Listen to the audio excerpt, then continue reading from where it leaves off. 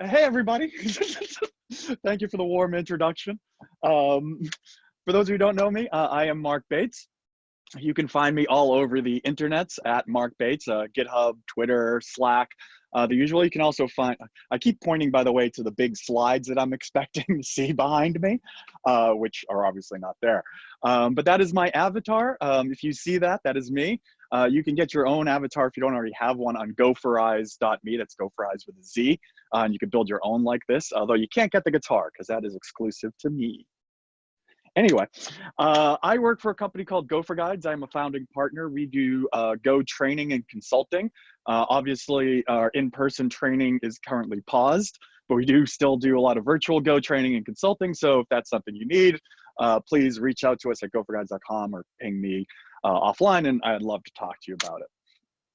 Anyway, oops, hang on a sec here. I hit the wrong key in my slide. There we go. Today, I want to talk about designing pluggable and idiomatic Go applications, and that is a big mouthful of really fancy words.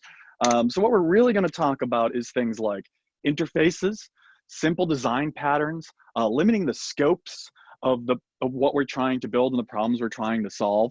We are going to talk about CLIs a lot, mostly because the use case I'm going to give you in this talk is about a CLI. So I'm going to talk a little bit about CLIs, but what we talk about here is really applicable to most types of applications.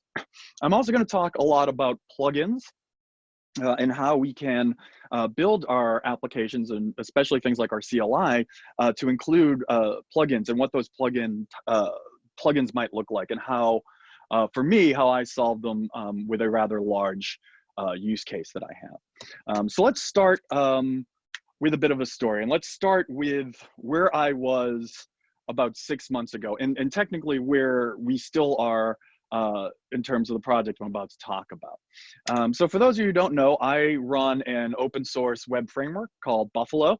It's kind of a Ruby on Rails-esque web framework.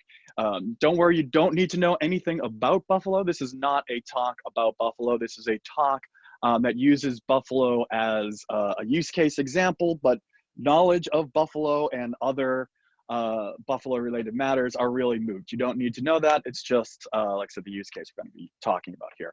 And it's a good use case because it's a really large, complex problem we're trying to solve. Buffalo comes in two parts, and a lot of people don't quite understand that there are two parts to this.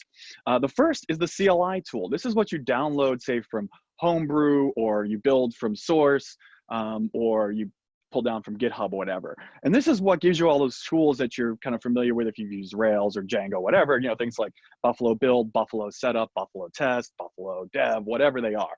And those are the CLI tools. And those CLI tools also do things like code generation when you need, say, a new model or something else in your code, right? The CLI tool kind of takes care of that.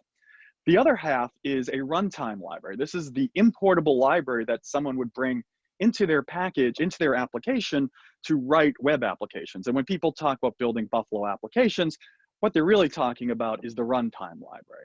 Now, we're not going to talk about the runtime library today. That's because, again, this talk isn't necessarily about Buffalo. It's about designing and solving a rather large problem I had on the CLI side. So for a bit of context as to where I was starting from, this is what happens if you run Buffalo H today. You get a big sorry, Buffalo-H, the help on it. You get a big kind of list of commands that looks like this. You get, like I said, there's build, there's setup, there's dev, there's all sorts of stuff. You can even see in the slides, there are some subcommands denoted as plugins. We're going to talk about that unto itself. But what this really represents is a lot of work that the CLI is doing. And all of this stuff, with the exception of those couple things that are plugins, are all baked into the Buffalo CLI. And this has a lot of problems, as one can possibly imagine. One of the biggest problems we have, and one of the biggest complaints that Buffalo generally has, is a lot of dependencies. We have a crazy amount of dependencies, and that's not necessarily a good thing. And Go modules, which I'm not going to talk too much about today, has kind of forced us to reconsider how many dependencies we bring in, or whether we bring in any dependencies at all. And that's because of kind of some of the problems we've all had as a community with semantic import versioning and stuff. But we're not going to talk about that. But what I am going to focus on is the fact that there are a lot of dependencies to this project. The CLI tool has hard-coded dependencies for things like POP, which is an ORM tool that ships with Buffalo, Webpack, Plush, which is a templating language, and a few others. And it's really hard to pull out one of these pieces as an end user and replace it with something you want. If you want to use GORM instead of POP, well, that's really difficult in the world we have today, both on the runtime, but also on the CLI side as well. And of course, a large CLI like this tends to lead to spaghetti code, tends to be poorly tested. And that's, you know, no fault of anybody in Buffalo core. It's just as these things grow, and they often grow organically, they get larger and more complex. And a lot of CLI systems, you know, we're using Cobra, which is a great framework, but it relies a lot on it relies heavily on global variables, init functions, and others. And those lead to kind of difficult to test and difficult to set up commands. And the other problem we have, and this is a really big problem, this is actually one that we've been trying to get a release out for in the last week, is things like incorrect generated output or mismatched versions. So to kind of clarify that, imagine your application is on, say, Buffalo version 13, but your CLI that you've downloaded from GitHub is on version 16. When you go to, say, generate a new model in your version 13 app with a version 16 binary, well, you might get code that doesn't match. They may be using different packages. They may make certain assumptions about what your application looks like because it's expecting a version 16 app and not a version 13 app. And so we're having a lot of kind of clashes like this. And of course, like I said, because Buffalo is two separate pieces and people don't understand, they often get confused, saying, well, my app, you know, is on this version, but why am I getting this output? And they don't realize that's because the versions are different. You know, so that's kind of the CLI. To address some of these things, we introduced a plugin system a while back, in the hopes that we could start adding support to tools like GORM and other systems into the CLI through a plugin model. Now, Go does have a plugin package. It is very limited, however. When we wrote the first implementation of our plugins that I'm going to kind of outline right here, that plugin package didn't exist. Now it does, but it doesn't support Windows. It's Unix and Mac. And so that's not a reliable system for us. We can't use the plugin package because we need to make sure that Buffalo runs on all these different environments. So what we ended up doing was taking kind of a Git style approach to how we do our plugins. The rules are as follows. They have to be an executable file named Buffalo dash and then whatever the plugin name. So Buffalo dash Heroku, Buffalo dash Pop, whatever. Because it's an executable file in this format here, you can actually write them in any language you want. You can write them in Ruby, you can write them in Bash, as long as they match this pattern here. Then every time the command fires up, a Buffalo command fires up, you run Buffalo setup, let's say, it's going to go and start trying to find all your plugins. The first place it looks is in the Buffalo plugin path environment variable. If that's set, it's going to go there, try to find any plugins you have. The next place, if the Buffalo plugin path doesn't exist, it's going to look in Go path bin for any plugins that might exist there. And then finally, it's going to look in a local directory inside your application called plugins. Now, all of these plugins are their own standalone executables.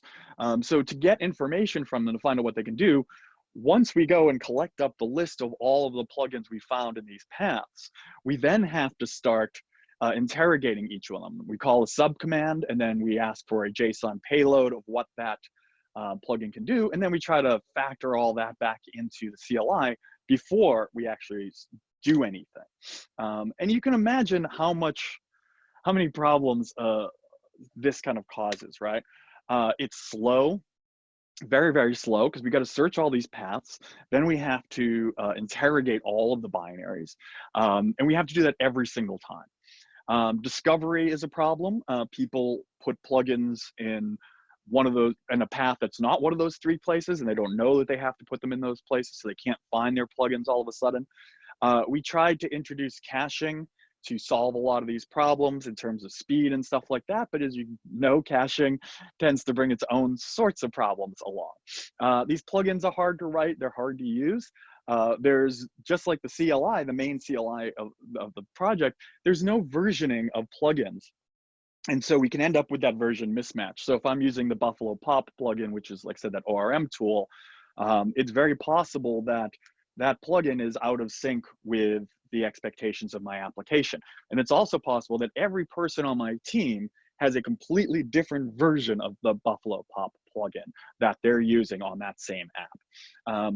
So that's obviously a big problem. And then finally, you know, this kind of approach of shelling out to these command line tools only allows us to replace some of, and kind of expose certain parts of our tool chain. We can't really get into the key components because it's just impossible to kind of keep doing that back and forth. Now we could solve this with gRPC and other, some of these things with things like tools like gRPC and whatever, but those bring their own sets of problems because now you have to have a gRPC plugin running somewhere and you have to have it exposed, and you still have the problems with versioning and kind of mismatch output. So that's kind of where the Buffalo CLI is today. And it's probably a familiar story to a lot of you. You're probably in very similar places. You have a large, cumbersome CLI, and you're trying to let others extend it, and you don't quite know how to do that yet. And all the problems we've kind of come up with are tough. So about 6 months ago, I sat down and really started trying to figure out how I was going to solve all of these problems, because they needed to be solved, and they needed to be solved well, because we do have a goal of getting Buffalo eventually to version 1, and we can't get to version 1 if our tool chain is subpar. We need a really great tool chain that can solve all these problems. So what were the requirements that I kind of sat down with? I really wanted to make sure up front that I had the right set of requirements, that I was going to solve the right problems. I knew up front that I wanted and needed the CLI, the Buffalo CLI, as well as any plugins your app is using, to be in the go.mod file.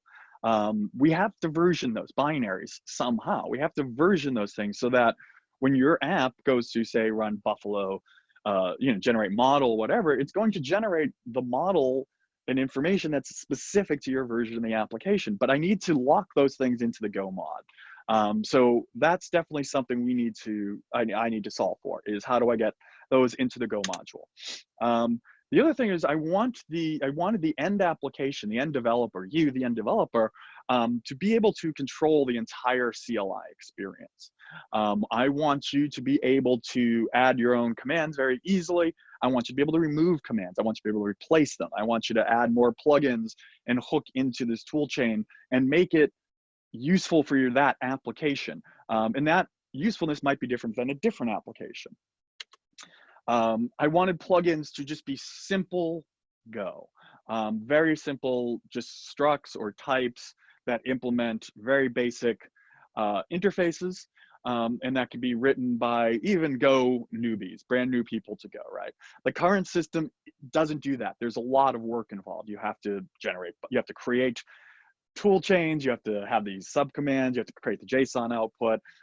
There's a lot that kind of goes along there that's really complex. And because of that, we haven't seen a huge uptick in plugins compared to the number of people who are writing Buffalo applications.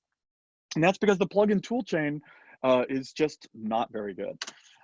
Excuse me. I also wanted little to no magic.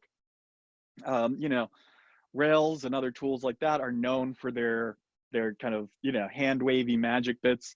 I didn't want Buffalo to be a hand wavy magic thing.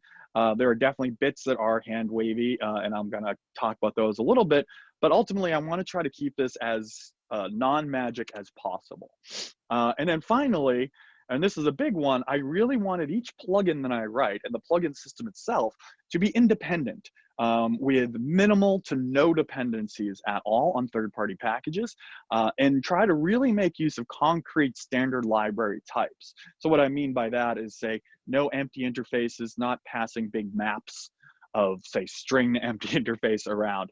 I wanted small concrete types, strings, slices, context, that sort of stuff, that you can hang your hat on and actually work with directly, and not have to do a lot of type in for assumptions and stuff like that.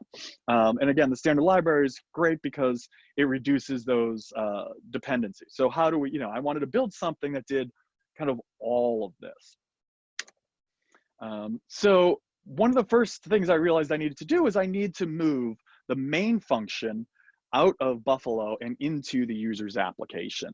And so to do that, I kind of decided to take what I call an auto-detecting CLI approach to the Buffalo binary. So in this case here, you download the binary from GitHub or Homebrew or whatever.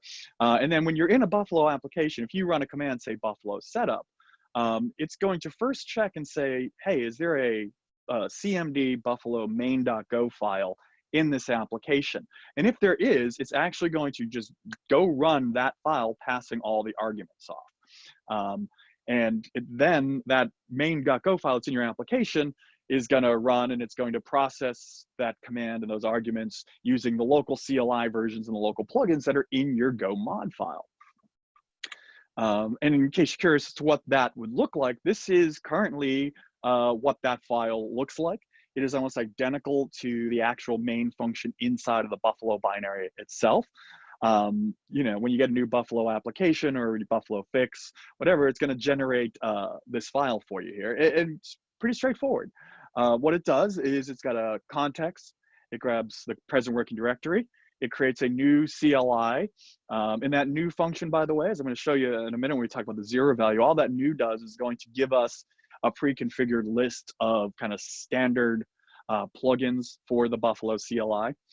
We can then append our own plugins to the slice that is on that CLI. That's what that commented line is there. You can see we're doing Buffalo plugins append. So there's that simplicity of we can just append plugins to a slice, and I'm going to talk about that a little bit too.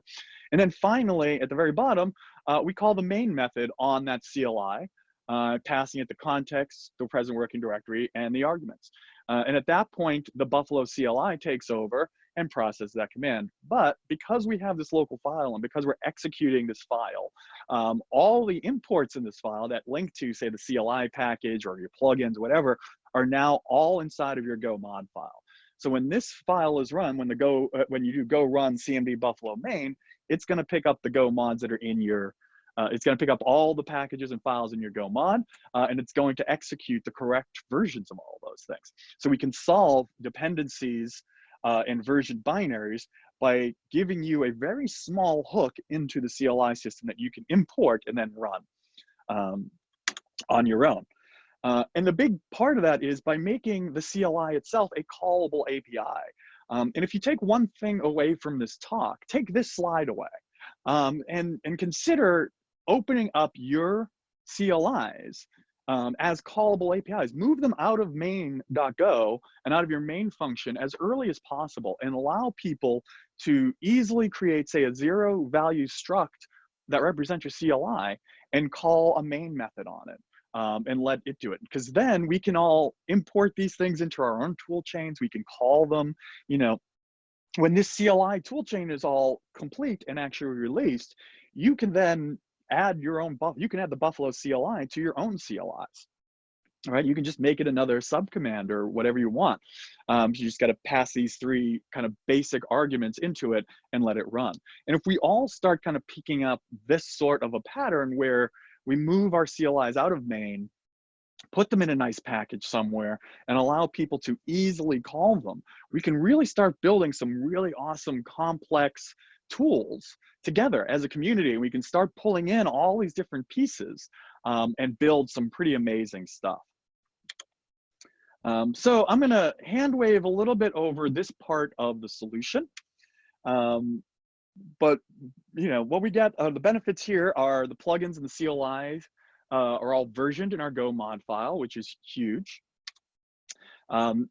Because the main function is now in your application, you are now able to create your own unique tool set for that app. So for example, when I run Buffalo setup in kind of a standard app, right, it might do things like create databases, migrate databases. It might compile, it might install my Webpack assets, compile them, stuff like that, right?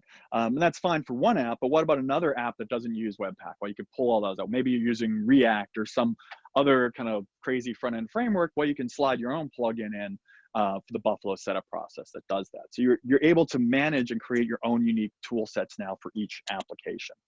And of course, if you don't like the auto-detecting CLI bit, which is a little bit of hand-wavy magic, you don't have to use it. You can also just compile your local binary using Go build. So you can just kind of throw it in a bin folder, compile that CMD Buffalo directory, and then just call that. And now all of your code, all the calls you're making to that Buffalo binary inside your bin folder are related to that app. They're using the versions and plugins and everything that app is using. So by doing this one little step, we're really putting a lot of power back into the user's hands, and we're gaining all these kinds of benefits here and with very little magic. And again, we're trying to keep that code base, that entry point, pretty simple, so that main function doesn't really have to ever change. That one that is in your application, you can just append your plugins and forget it, or you can even call out to a different package to pull in all your plugins, then you never have to look at that again. So that is kind of the first half of the solution, right? We move the main function from Buffalo into your application. We give you a simple package to call into the CLI from your application, and now we have all the versions.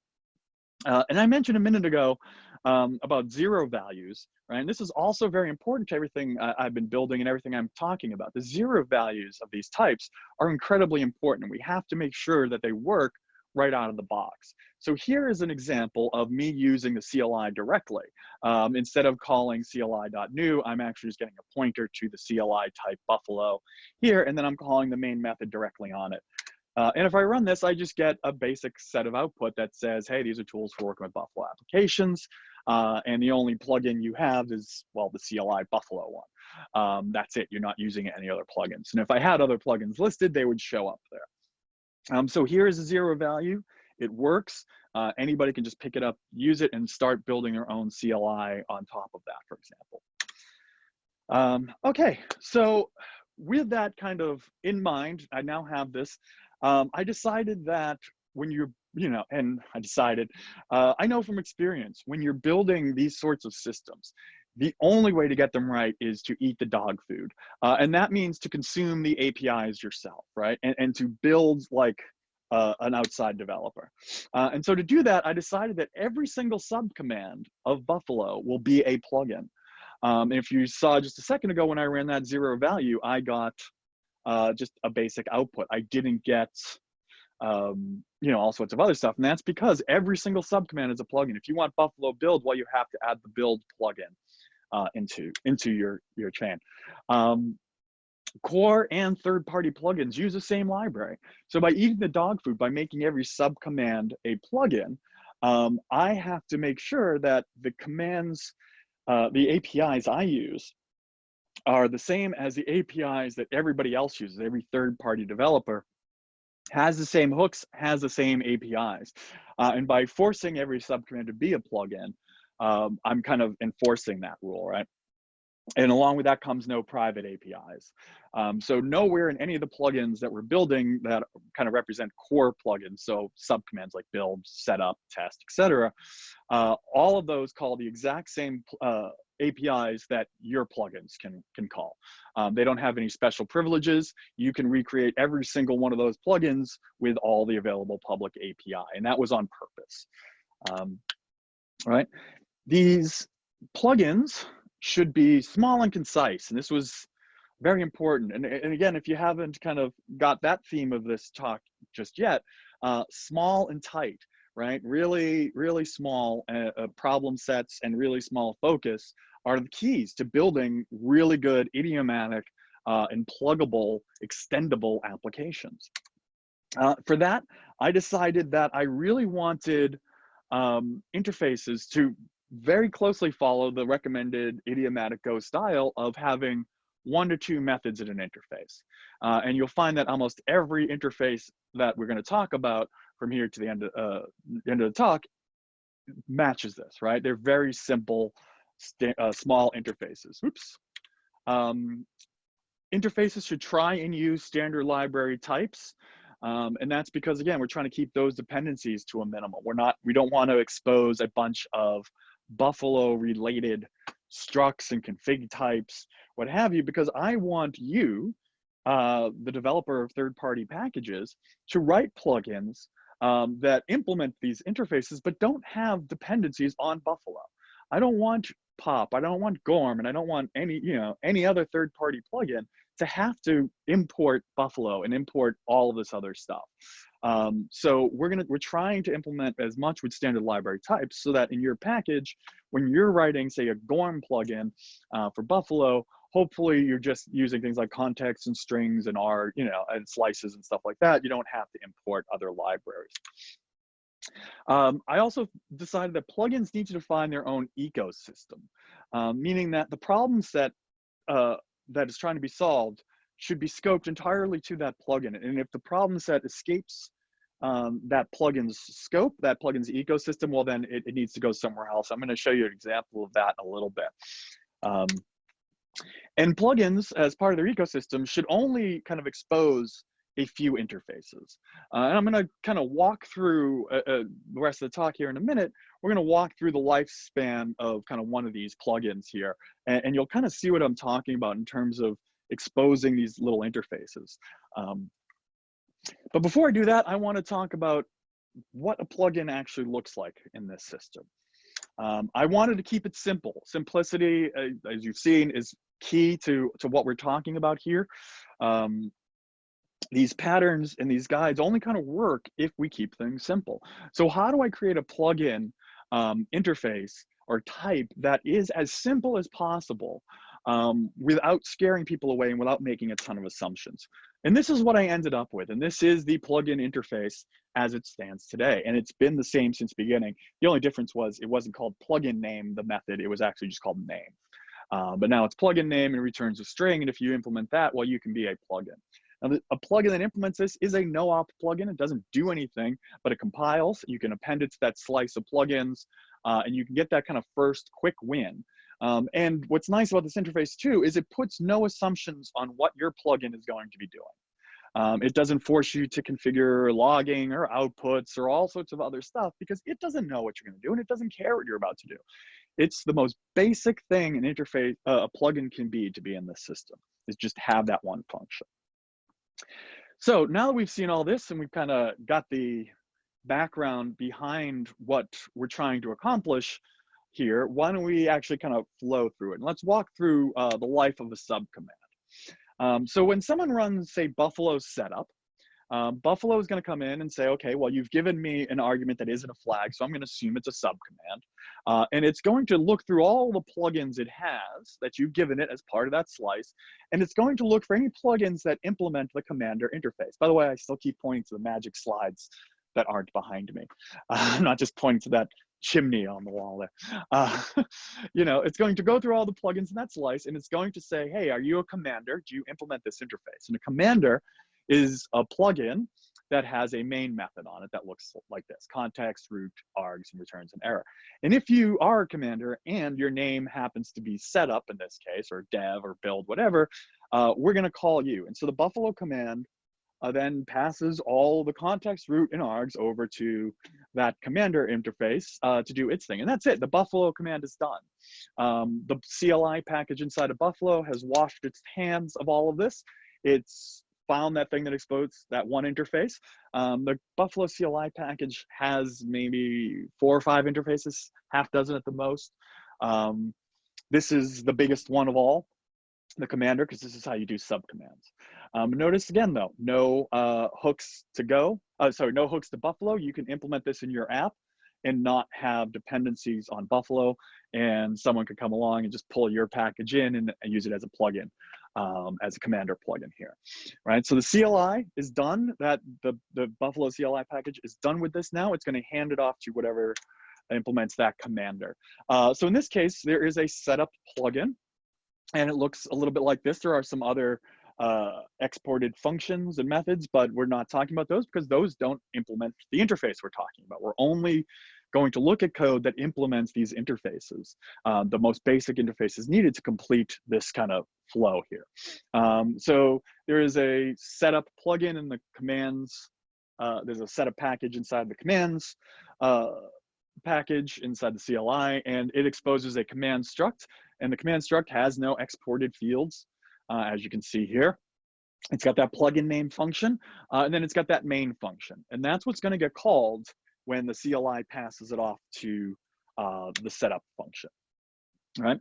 So what happens in setup? Let's kind of understand the life cycle of what this particular command is doing, so we can see the different interfaces and understand how that flow works. So when one runs Buffalo setup, the idea of Buffalo setup is you've done a git clone, or you pull down a repo, or you've come to an application you haven't used in a while. The idea is you run Buffalo setup, and it should configure and set up the application so it's ready for development. So for example, there might be some before setup steps where it's validating your system requirements, making sure your operating system meets the minimum standards, you have the right versions of X, Y, and Z, whatever. Maybe you install some system-wide dependencies.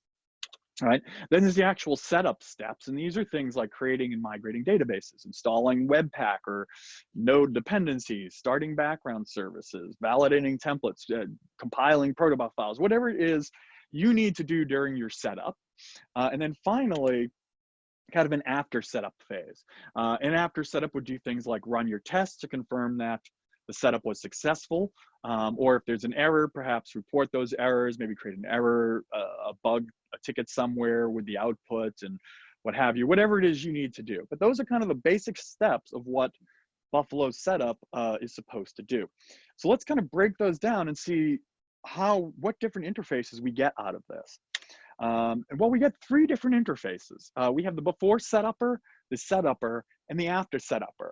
And before setupper and setupper look almost identical.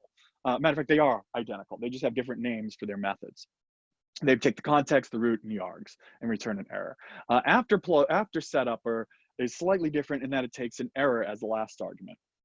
And that error is going to be, if there was an error, say from before setup or even during a setup, that will get passed to after setup, so you can report on it. So for example, in the case of testing, there's the Buffalo test plugin, there's a Buffalo test plugin that implements after setup, and it'll look and say if that error is nil, then it'll run all the tests. And if the error is not nil, it's just going to return. It's not going to run the test, because why bother if there was an error, and vice versa.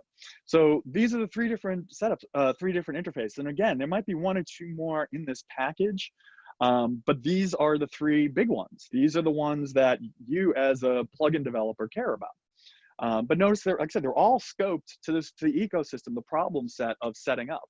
They're not talking about databases. They're not talking about Node. They're not talking about whatever. They're just exposing those life cycle hooks.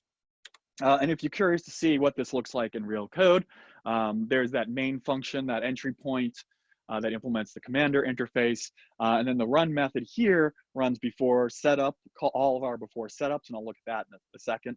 And assuming there are no errors there, it's going to then go through all of our plugins and run any that implement the setup function. And again, return any errors there. And that scoped plugins method, we'll talk about that in a later, but that's just a method that returns a slice of plugins that this command uses. They're kind of scoped to what this type uses. And I'm gonna talk about that, like I said, kind of near the end with a slight advanced topic-y kind of bit. And for those curious as to what before setup and after setup look like, they're almost identical as well.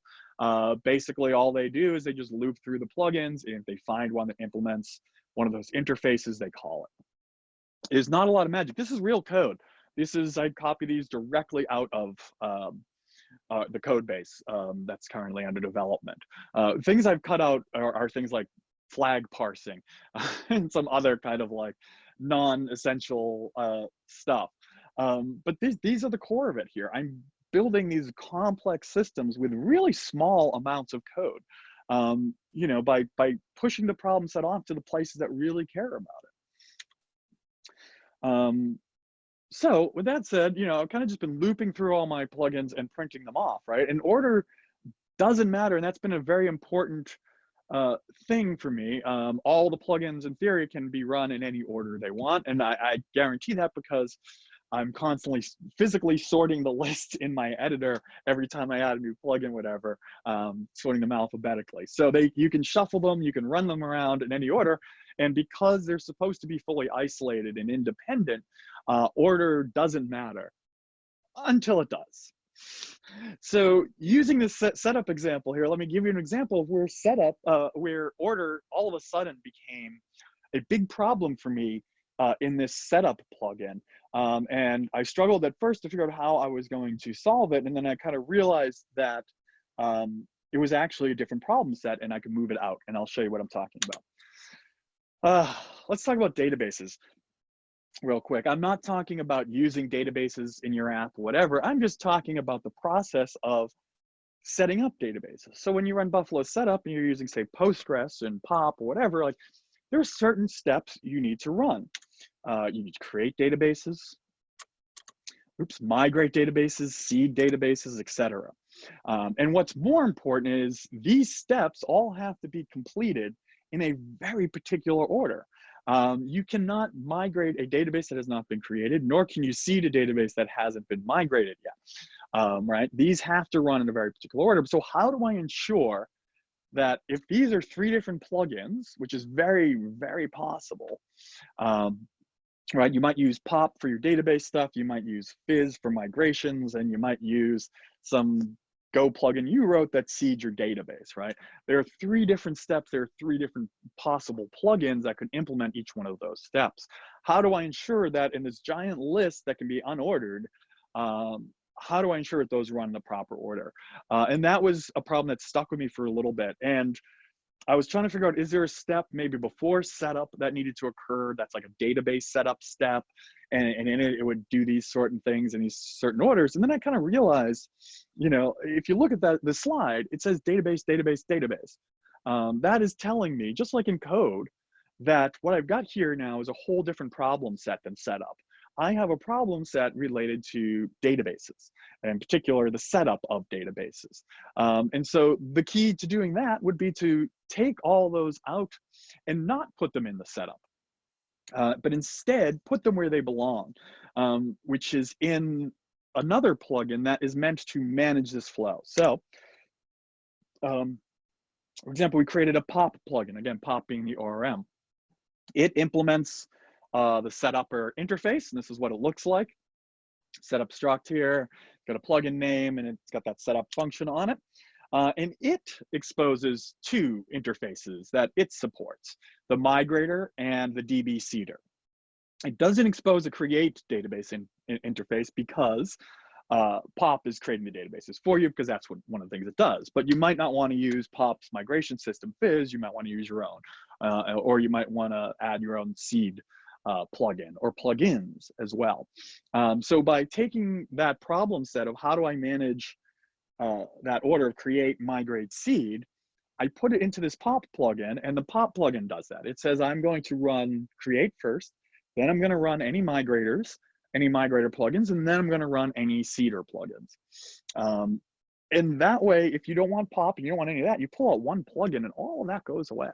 And it doesn't impact setup. And if you decide you want to write your own migrator, great, you can add it in there and the POP plugin will use it.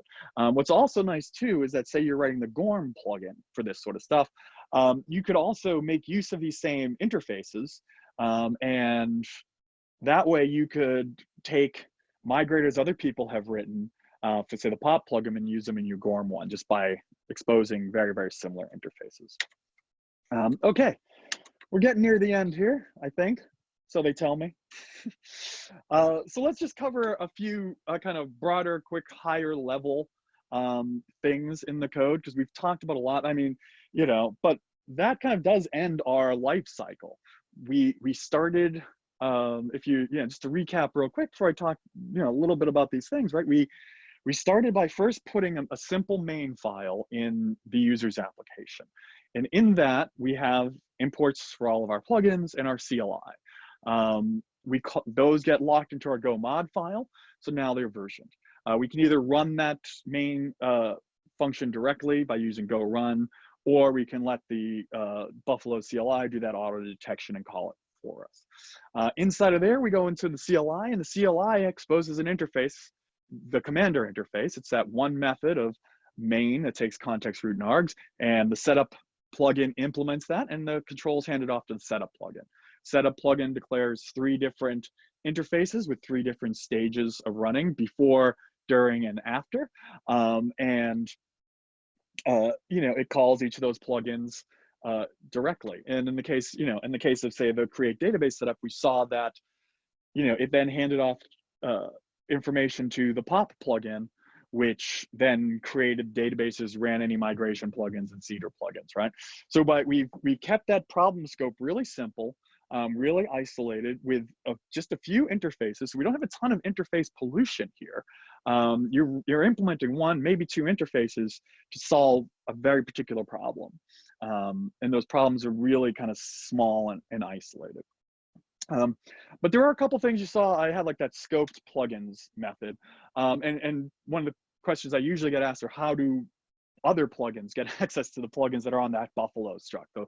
The ones that you, the application developer, said these are the plugins I want to use. How does the setup plugin, for example, get access to those? There are a couple different kind of interfaces that we use for stuff like that. There is a Go Buffalo /plugins package out there. What this package has 0 dependencies, not even for testing, so it has a completely empty Go mod file. The biggest reason this package exists is because we don't have generics. So if someone wants to kind of expose a plugin as part of their method signature, we have to use a third-party package to make sure the same types, because Go types can often collide there. So hopefully when we get generics, we won't need the need for this package.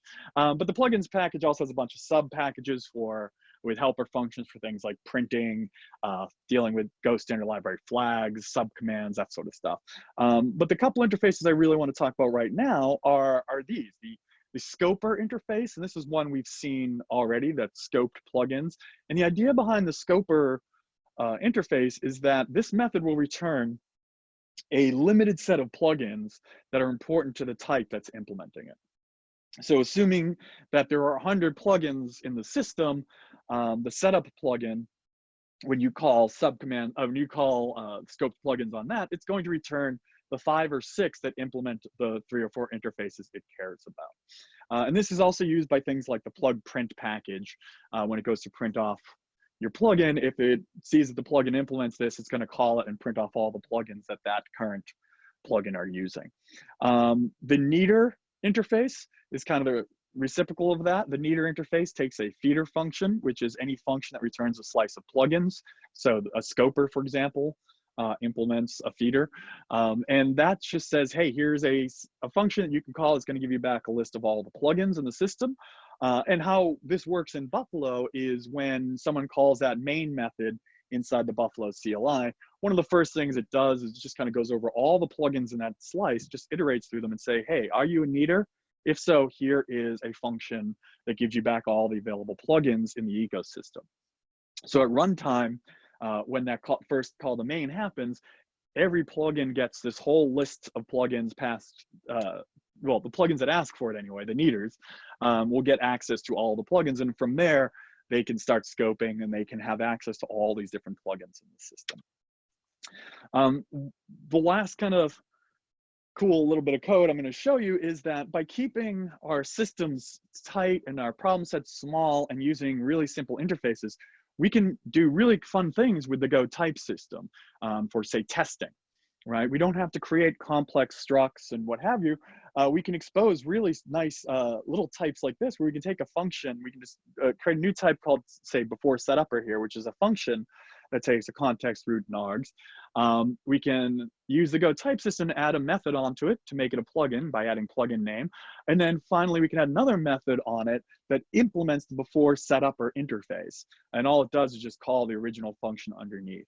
And now inside of our tests, I don't need to create new structs or what have you. I can just create a function inline right there that I can return errors from, or I can capture arguments and other variables, and I can do whatever I want inside of right there inside my test, inside of a method, and I can just add that to my slice of plugins very easily.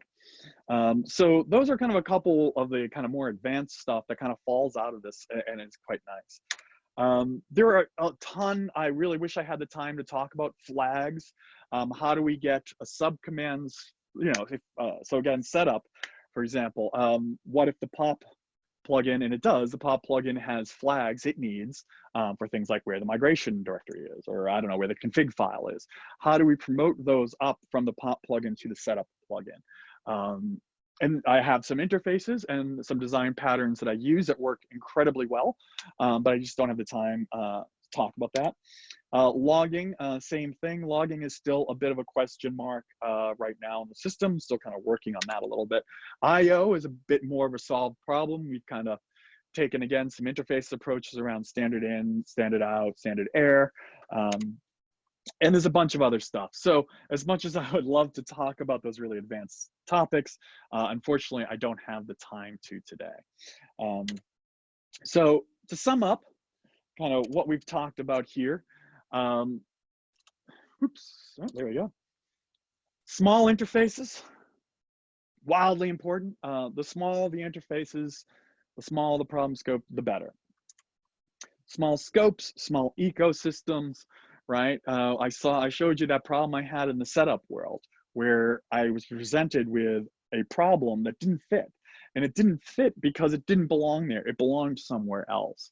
And so by moving it off somewhere else, we were able to keep the setup plugin super tight, super focused, no dependencies, and let another plugin deal with the order it specifically needs to be running. Excuse me. We've made all of our stuff independent and loosely coupled. We've used concrete standard library types. So again, keeping the need for those packages for kind of dependencies down. So I know this was a lot, and I apologize. It's certainly a lot to take in. There's a lot of big words here. This code base, by the way, is on GitHub. It's not ready for production. It's still actively under development. Obviously, any help would be wonderful. Tests are always great. As you've seen, the types aren't hugely complex. So writing tests is actually very straightforward. It's just a labor-intensive job. So I could definitely use some help there. Documentation would be wonderful if anybody's looking to contribute. But more importantly, I'm excited to see how people pick up some of these patterns, or if they pick up. I'd love to see people pick up these patterns and start using them in your own code bases, because we can really, like I said, we can create some amazing systems if we all kind of start working together and kind of picking up these ideas and designing our systems along these lines. And so with that said, honestly, I just want to say thank you to the organizers. You've done a wonderful job. This is not easy to pull off right now. To everybody out there, I just want to say stay safe. We're thinking about you. I love you all. Wash your hands. Get all of your information from trusted news sources, the WHO, not the band The Who, but WHO, the World Health Organization. Although who knows, Pete Townsend might have some great ideas on how to stay safe during the coronavirus. But that's it for me. I just want to say thank you so much. I'm going to hand it back over to the organizers. Thank you, everyone. Thank you. Thank you very much. Mark. I'm going to stop Okay, sharing. There we go. Yeah, do we have questions? The bigger question is, do I have answers? Yeah, so the first question, why you decided to call it plugin name, not just name? It was name originally, right? It was name originally, and why I decided to change the name of the method to plugin name was because name is very popular and can conflict with a million other things that you might have on your struct, whereas plugin name is a little bit more explicit as to what it's doing. So I didn't want to take away a very common method name for my own purposes. Okay, Mark, you have to pick the best question out of this. So far there is one, so there's a clear winner otherwise. What was that? You have to pick one best question. We have a prize. I have to pick one best question. They're all in Russian. I mean, right now there was only one, so that's easy. So maybe we'll have more. Maybe someone wants a prize. Well, you can also ping me on the Twitters and the Slacks and all that other good stuff, and I'll happily answer questions there. I know it's the end of day for everybody, and everybody's probably tired. And yeah. Друзья, вы можете задать вопрос в том числе по-русски, голосом, и мы поможем его перевести. Yeah. So, What Elena said. that we can just translate the questions into English if people shy now.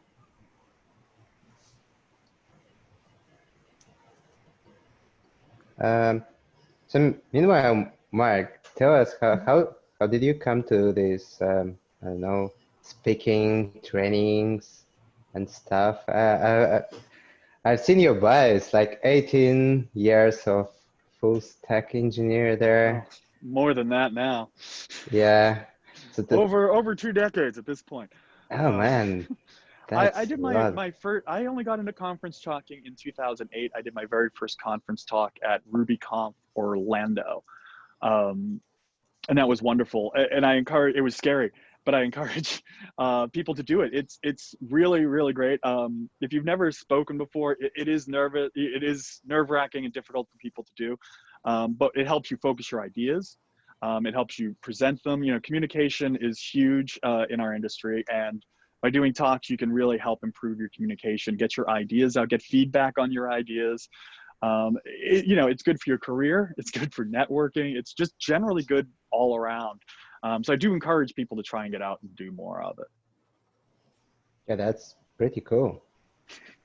In your local meetups, speak at your local meetups. They need speakers. Absolutely. Yeah, that's Moscow meetup needs speakers. Please come to our meetup. They all need speakers. Every single user group in the entire world needs speakers, and they are friendly and they will love you. And if you ask us to do a talk, they will say yes, and they will give you good feedback. And then you can take that talk to a national stage or a bigger conference. They're great for that kind of running things by a trusted peer group. And again, they love it. Everybody's so happy to have talks at meetups. So please do it. Okay, we have a question in the chat about small pedal board review. What? Okay, can someone explain what a pedal board review is, or a review of my actual pedal board? I think yes. Like, did you want a review of my pedal board? This, for example, is that what they wanted? Yeah. Which one you like?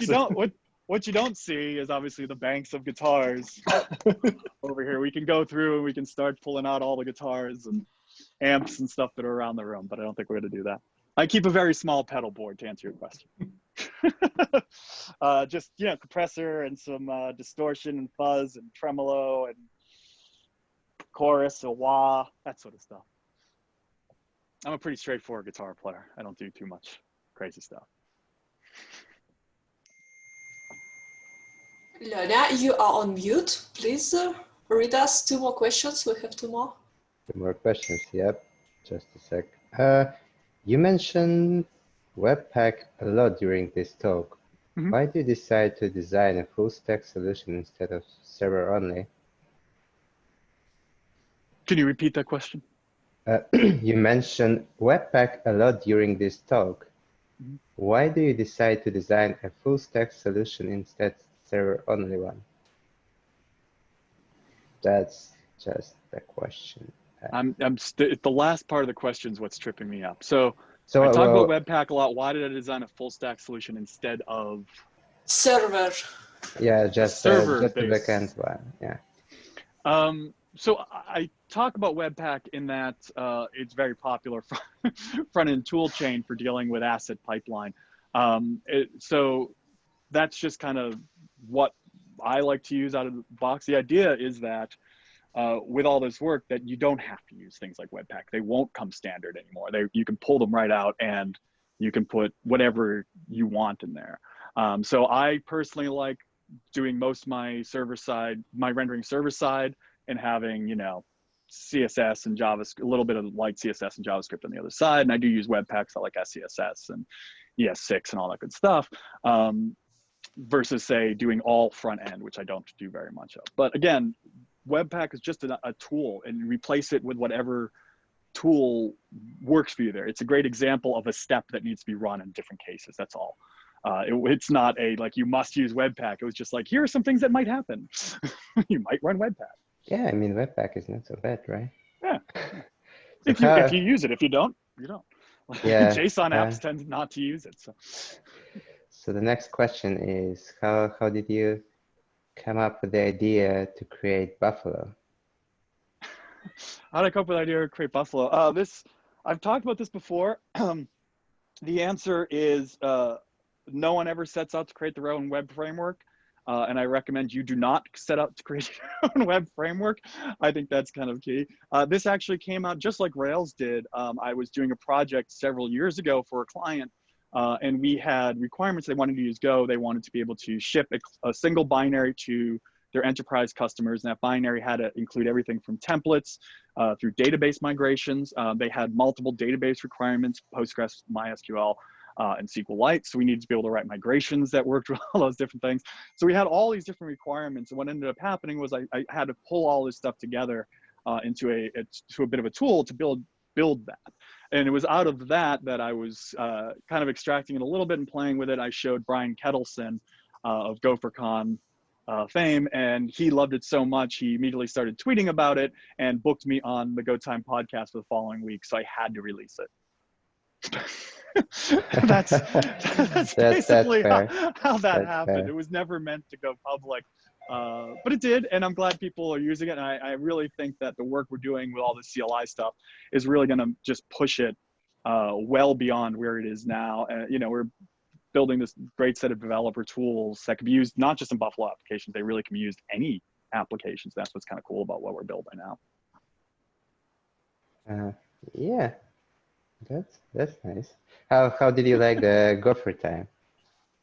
How did I like Go Time? I love Go Time. Yeah. I'm one of the kind of regular panelists and hosts on Go Time. If you haven't listened to it, you absolutely should. It's every week on Tuesdays. We record live, and then we do following one. I think this week we released the working from home episode where we just, you know, shockingly, I think a lot of people are working from home who've never done it before. My wife included, for example. So we just have a lot of tips from those of us who have been working from home. Like I've been working for 10 years. And so, you know, we had a lot of tips there. And also, you know, a lot of us who've been working from home are now stuck with families around us, and our whole lives have changed in terms of our daily lives of working from home. So Go Time is awesome. Listen to it and, you know, become a follower. It's good. Okay, yeah. Do you feel confused with the base Go idea of simplicity instead of being just easy? Do I feel confused about the Go idea of simplicity? Yeah, yeah. I guess that question is about, you know, the talk by Clojure guy about simple versus easy, right? And I guess I haven't seen that talk. Okay.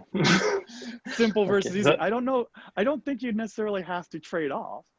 Good save, man. Good save. Well, I don't. I showed you, you know, this whole talk was really about simplicity and easy at the same time. Like there were simple interfaces with, you know, and complex problems that I broke down into simple problems with simple interfaces, and that made things easy for me. I could think about the problem sets easily. I could write tests easily. So you can have simple and easy. They're not mutually exclusive. They're hard to combine, but they're not necessarily mutually exclusive. They can just simple struggle because of generics. It's always a struggle, right? There's always that level of like, how much complexity do I add in? And, you know, are the trade-offs worth it? Or the trade-offs not worth it? You know, what do I need to do to make, you know, that right decision? But yeah, simple's good, easy's good. Both is great. In Go, it has been advised for a long time not to use frameworks for development. Is it still relevant? You know what? That's you hear that in all the different places. Yeah. And I don't know. I think that's a loaded question. Obviously I think that is troll bait in terms of when people post those things, right? I guess, yes. I think everybody has their own use cases for things like frameworks and not using frameworks. As a consultant, as somebody who writes a lot of apps, I need to write a lot of apps very quickly. So using something like Buffalo or before that Rails was key to my business, right? If I have to spend 2 weeks basically bootstrapping a whole new application, that's 2 weeks of like I'm not getting my app out the door, right? Whereas Buffalo, you know, I can jump in, or any framework, I can jump in and immediately start building my business logic, assuming that that framework or that tool is the right thing to build. Business logic. It's not always the case, right? And I think everybody needs to make a decision based on their project, based on their personal preferences, based on their own likes and dislikes. The standard library is amazing, and you can see we're really trying to take advantage of it. But you know, I've been working on a project for a client where we're not using Buffalo, and we've been bootstrapping the whole thing. We've basically built our own little framework now out of this. And every company ends up building their own little framework, whether they want to call it a framework or not. So everybody says don't use frameworks.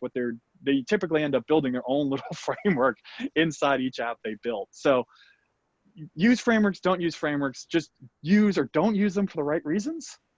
Don't toe the cargo cult line of I'm not using frameworks, and don't tote the cargo cult line of I have to use a framework. Choose wisely and choose based on your decision. You won't upset me or any of the other framework developers if you don't use a framework. I make no money off of Buffalo. I wish I did if anybody wants to sponsor me. But I don't. So if you don't use Buffalo, that's no skin off my teeth. I use it and it's important to me. And I use it for almost every app I do, not every. Okay.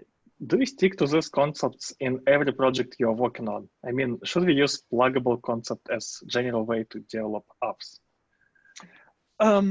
Again, it depends on the tool chain, what you're building, the applications you're building, whether they're going to be kind of exposed and what you expect people to use them. Like I would love, for example, to have something like Kubernetes or Docker where I could easily import the CLI and just start appending a bunch of plugins to it via a slice. Like that would be so cool. Imagine if we could all do that. If we could easily extend all these CLI tools by writing simple Go plugins. So, you know, that is definitely something I would like to see people doing, writing applications that are more idiomatic, that are more pluggable, whether it's this solution or other solutions. I just kind of want people to start taking stuff out of main for their CLIs and start putting them in these callable, easy to use packages so we can all build amazing tools on top of it. So yeah, I am trying to build things this way. Yeah, I guess that was the last question. You have to pick one best question. I have to pick one best question. Yeah. The pedal board review question was high up there. Okay. I hate picking favorites, but I do like the question about frameworks. Like I said, I think that's a great question, and it's an important question that people should ask. You know, should I use one? And I think people on both sides of that answer need to be a little bit more forgiving that their answer might work for them, but not for others. And this is coming from a guy who writes frameworks for a living. Okay, thank you. Thank you very much. Thank you. Thank you, everybody. Enjoy the rest of the conference. Yeah. Oh, but by the way, Mark, are you going to join us in the coffee point? I guess beer point at that moment? I didn't realize there was one. That's good to know. Let me know. Yeah, so we can just go there after we finish. The link will be in chat in a few minutes. Yeah, I'm gonna just send it on Slack for you. Yeah, thanks. Okay, we I are might need to get some more going. coffee first. Yeah, we are going to switch to Russian. Sorry. That's all right. I'll log off then. Okay. Yeah, we will send you the link. Thank you. Thank you. Have a good one.